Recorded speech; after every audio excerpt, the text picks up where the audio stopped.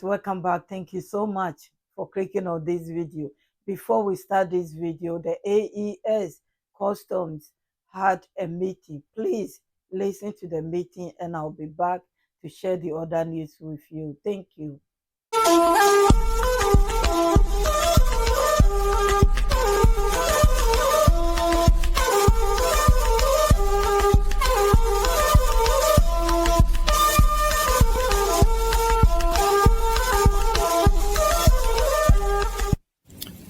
As news first takes us to the Prime Minister's office, where the Prime Minister, Minister of Territorial Administration and Decentralization, Major General Abdoulaye Maiga, received in audience the Director Generals of Customs from the Confederation of Sahel States, Burkina Faso, Mali, and Niger. This meeting was to report on the conclusions of their gathering held here in Bamako. The head of the administration praised the achievements of the customs services of the three countries and listened to the Director General of Mali's Customs, Inspector General Amadou Konati, speaking to Marie Kone and Alou Touri. We took advantage of the audience to talk a bit about what brought us to Bamako. Right after the signing of the AES Confederation Treaty, one of the first administrations, or among the very first, were the customs services, which gathered in Niamey. They immediately took charge of this new customs authority. During that meeting, we made some recommendations. After Niamey, there were thematic meetings on specific activities in Lomé and in Ouagadougou. Today we are in Bamako to really assess the recommendations that were made during these various meetings. And secondly, to offer well-informed and carefully considered advice to our supervising authorities, especially in preparation for any potential negotiations that may arise. Overall, what we can say is that, as far as customs are concerned, things are going well for us. I imagine the head of government gave you some advice? Yes, he first congratulated us on the excellent results we achieved. He emphasized and brought attention to the significant and influential role that customs authorities and their practices play in shaping, guiding, and determining the overall direction and future development of the AES Confederation, highlighting how their actions and decisions are crucial to the organization's progress and success. He also shared with us the expectations of the highest authorities regarding the harmonization of our procedures and practices, not only in terms of the free movement of people and goods, but also in terms of securing our AES area. We have taken note of these directions. We have taken note of this advice, and we will incorporate it into everything we do every day. And speaking of... So when they were having the meeting, according to the news, some criminals thought that they can bring explosions, drugs in without their knowledge, but thanks to some other corporations, they have information about this particular lorry that, if God forbid has succeeded, it will be different thing altogether. But thank goodness they got their hands on them. Families, please listen and watch. You'll be amazed. I'll be back. Speaking of this achievement by the Malian Customs, the Mobile Intervention Brigade has just seized more than 12,000 explosives, yes, 12,000 explosives and their accessories, 50 kilograms of cannabis, and thousands of sachets and bottles of alcohol. These dangerous products were hidden in specially designed compartments in a passenger bus belonging to a local transport company. More details from Siaka Kunate, Aluna Diarra, and Diali Makandia Bate.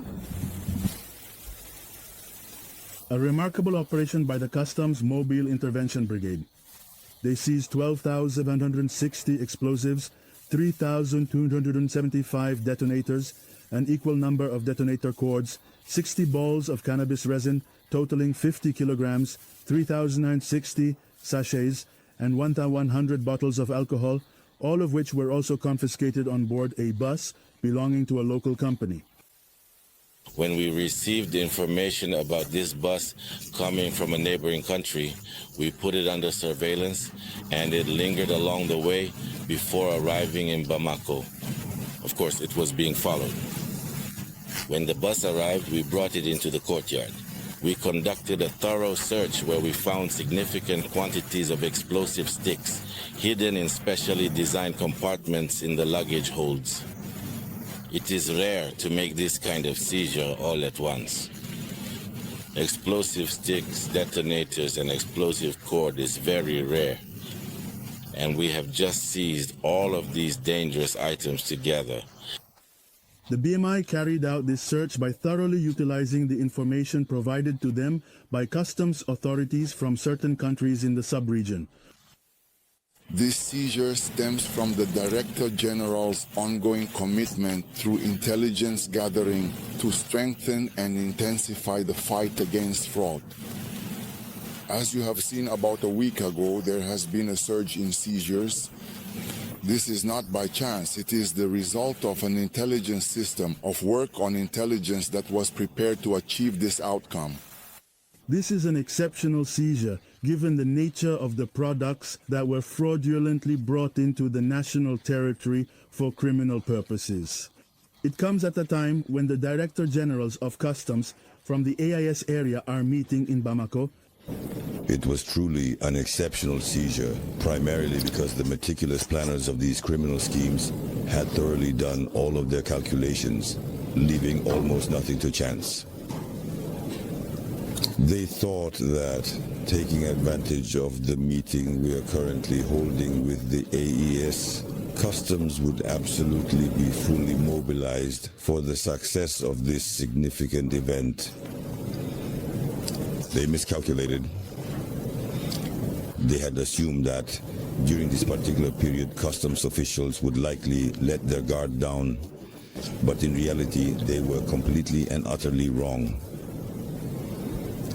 Just as we are carefully and diligently managing this important event with great success, we are also remaining extremely vigilant at all times. This is a product that was specifically intended to cause harm across the entire country, causing harm to the people, causing harm to those who are trying to bring about reform. The financial resources that enabled the ongoing operation and further expansion of this criminal enterprise had already been firmly established and secured well in advance. Specifically, the primary method of generating funds was through the illegal drug trade, which involved the distribution and sale of hard drugs. Among these illicit substances was a particularly disturbing and unusual type of drug, one that was manufactured using human bones as a key ingredient. This bone-derived drug was then combined and mixed with cannabis, creating a potent and dangerous mixture. The existence of this funding mechanism ensured that the criminal organization could continue its activities without interruption. When you take a drug known as kitsch and combine it with something as unusual as human bones, along with cannabis, it really makes you wonder what possible religious significance could there be in such a mixture? How does this combination relate to any spiritual or sacred practice, if at all? So, hats off from the Director General to his brigades who work day and night to secure the country alongside the armed forces. We've been everywhere for 2 months now. We are on the hunt. We hunt on the rivers, we hunt on the roads, we even hunt in cemeteries, and we hunt at the airports. I would like to thank the highest authorities of our country for all the support in terms of capacity building, whether it be strengthening our resources or improving our means to fight against fraud. They are doing, within the limits of what the Malian armed forces can do, everything that can be done. Today, we are very satisfied with the collaboration between customs and the army, because thanks to the army's significant and important gains on the ground, we are now able to deploy ourselves more effectively. Beyond that, we are currently carrying out joint missions, customs and army, together at particularly sensitive border areas. A heartfelt plea from the Director General to the authorities to increase the customs workforce. The current staff is insufficient to cover all of Mali, a country that borders 7 others. And hats off to our customs officers. Thank you so much for listening and watching.